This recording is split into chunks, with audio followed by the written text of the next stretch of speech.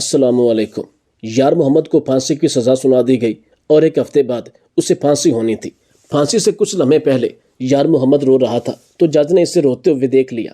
جج نے اسے کہا کہ موت کے خوف کی وجہ سے رو رہے ہو؟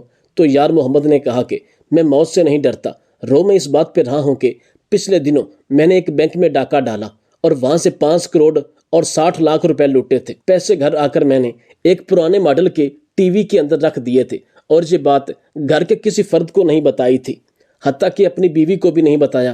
اب مجھے ڈر ہے کہ میرے مر جانے کے بعد میری بیوی وہ ٹی وی فروخت کر دے گی اور اسی طرح میرے پیسے ضائع ہو جائیں گے۔ یار محمد کو سولی پر لٹکا دیا گیا تو جج اس کے گھر گیا اور اس کی بیوی سے 10 لاکھ روپے میں وہ پرانا ٹی وی خرید لیا۔ گھر جا کر اس نے ایک بند کمرے میں ٹی وی توڑ کر دیکھا تو حیران رہ گیا، کیونکہ اس کے اندر یار محمد ایک تندور پر روٹیاں لگاتا تھا۔ اس کا اپنا تندور تھا، صبح صبح جاتا اور پھر رات گئے تک ادھر روٹیاں لگاتا رہتا۔ یار محمد کی بیوی اس پر بہت خفا تھی کہ تم گھر مجھے اور بچوں کو وقت نہیں دیتے، صبح گھر سے نکلتے ہو اور رات کو آتے ہو، ایسے تو نہیں چلے گا۔ مجھے بہت خوف محسوس ہوتا ہے کیونکہ بچے ابھی بہت چھوٹے ہیں۔ اس نے اپنی بیوی کو سمجھایا کہ میں تمہارے اور اپنے بچوں کی خاطر یہ کوشش کر رہا ہوں، ابھی میرے جسم میں باقی طاقت ہے، میں اس وقت محنت مزدوری کر کے روزی کما سکتا ہوں، لیکن جب میں بوڑھا ہو جاؤں گا تو مجھ سے یہ کام اتنا لمبے عرصے تک نہیں ہوگا۔ میں کوشش کر رہا ہوں کہ بچوں کے مستقبل کی خاطر کچھ پیسہ اکٹھا کر لوں تاکہ ان کی پڑھائی اور مستقبل میں ہونے والے اخراجات پورے ہو سکیں۔ ایک رات یار محمد اپنا تندور بند کر کے واپس گھر آ رہا تھا تو اس نے سڑک پر ایک عجیب منظر دیکھا۔ اس نے دیکھا کہ سڑک کے کنارے ایک آدمی ہے اور اس کی ٹانگیں ہل رہی ہیں۔ یار محمد نے سوچا کہ شاید آدمی کو کچھ ہو گیا ہے، اس کی طبیعت ٹھیک نہیں، شاید اسے میری مدد کی ضرورت ہوگی۔ مگر وہ جیسے ہی آدمی کے قریب گیا تو اس کی روح لرز گئی، کیونکہ آدمی کے منہ سے خون بہہ رہا تھا۔ اس کے سینے میں کسی نے خنجر گھونپ دیا تھا۔ آدمی منہ سے کچھ بولنے کی کوشش کر رہا تھا مگر الفاظ اس کا ساتھ نہیں دے رہے تھے، اس کے ہونٹ کانپ رہے تھے۔ یار محمد اس آدمی کی مدد کرنا چاہتا تھا۔ اس نے ہمت کر کے اس کے سینے سے وہ خنجر نکالا اور پھر آدمی کو سہارا دے کر اٹھانا چاہا کہ وہاں سے پولیس کی گاڑی گزری۔ پولیس والوں نے یار محمد کو اس حال میں دیکھا کہ اس کے ہاتھ میں خون سے لت پت خنجر تھا اور آدمی اس کے سامنے پڑا تھا۔ یار محمد کی بدقسمتی یہ تھی کہ اس آدمی کی جان اس کی گود میں ہی نکل گئی۔ پولیس گاڑی سے اتری اور فوراً یار محمد کو گرفتار کر لیا۔ وہ چیختا چلاتا رہا کہ میں تو اس شخص کی مدد کر رہا تھا، لیکن انہوں نے اس کی کوئی بات نہ سنی اور کسی بات پر یقین نہ کیا اور اسے پکڑتے ہوئے گاڑی میں ڈالا اور سیدھا جیل لے گئے۔ لاش ورثہ کے حوالے کی گئی اور یار محمد کو 302 کے کیس میں جیل میں ڈال دیا گیا۔ یار محمد کی بیوی تک جب یہ خبر پہنچی کہ اس کے شوہر کے ہاتھوں ایک قتل ہوا ہے تو اس کے پیروں تلے زمین نکل گئی۔ وہ خوف سے کانپنے لگی، اپنا سر پیٹنے لگی۔ اسے خود سے زیادہ چھوٹے چھوٹے بچوں کی فکر لاحق تھی کہ ان کا کیا بنے گا۔ اس کی بیوی اپنے شوہر سے ملاقات کے لیے آئی تو یار محمد نے رونا شروع کیا۔ اس نے اپنی بیوی کو اس بات کا یقین دلایا کہ تجھے تو پتا ہے کہ میں نے زندگی میں کبھی کسی سے جھگڑا تک نہیں کیا۔ وہ آدمی زخمی حالت میں ویران سڑک پر پڑا تھا، میں نے اس شخص کی مدد کرنا چاہی مگر الٹا مجھے ہی قاتل سمجھ کر ان لوگوں نے پکڑ لیا۔ اب مجھے سمجھ نہیں آ رہی کہ میں اپنی بے گناہی کا ثبوت کیسے دوں۔ وہ آدمی بھی اب اس دنیا سے چلا گیا جو میری بے گناہی کا واحد ثبوت تھا۔ بیوی نے اسے تسلی دی کہ تم فکر مت کرو، میں ایک وکیل صاحب کو سارا ماجرا بیان کرتی ہوں، وہ بہت اچھے انسان ہیں، غریبوں کی مدد کرنے والے ہیں، وہ ہماری مدد ضرور کریں گے اور تمہارا کیس لڑیں گے۔ یار محمد کی بیوی وکیل صاحب کے گھر گئی۔ وکیل صاحب نے اس کی پوری کہانی سنی اور اسے اس بات کا یقین دلایا کہ میں تمہارے شوہر کا کیس لڑوں گا اور وہ بھی مفت میں، کسی معاوضے کے بغیر۔ کچھ عرصہ بعد یار محمد کی عدالت میں پیشی ہوئی تو جج صاحب نے وکیل کے دلائل سنے۔ وکیل صاحب نے جج کو قائل کرنے کی کوشش کی اور اسے ساری حقیقت بتائی مگر بدقسمتی سے تمام ثبوت یار محمد کے خلاف ہی جا رہے تھے۔ جج نے اپنا فیصلہ یار محمد کے خلاف محفوظ کر لیا۔ یار محمد کی پھانسی کی تاریخ طے کر دی گئی۔ اب یار محمد کو اس بات کا یقین ہو چکا تھا کہ اب وہ نہیں بچ سکتا۔